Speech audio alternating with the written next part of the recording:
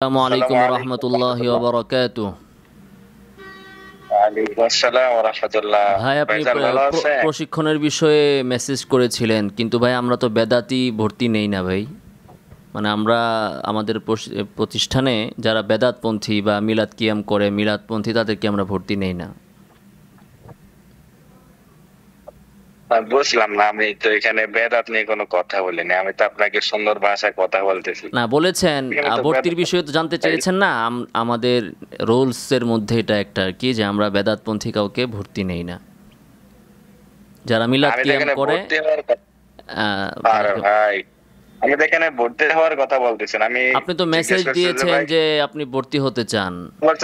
Training এর ব্যাপারে একটু কথা বলতেছি। এই তো ট্রেনিং এর বলতে বিষয় না। চান? ট্রেনিং তো আমরা আমাদের ট্রেনিং সেন্টারে আমরা বেদাতি কাউকে ভর্তি নেই না।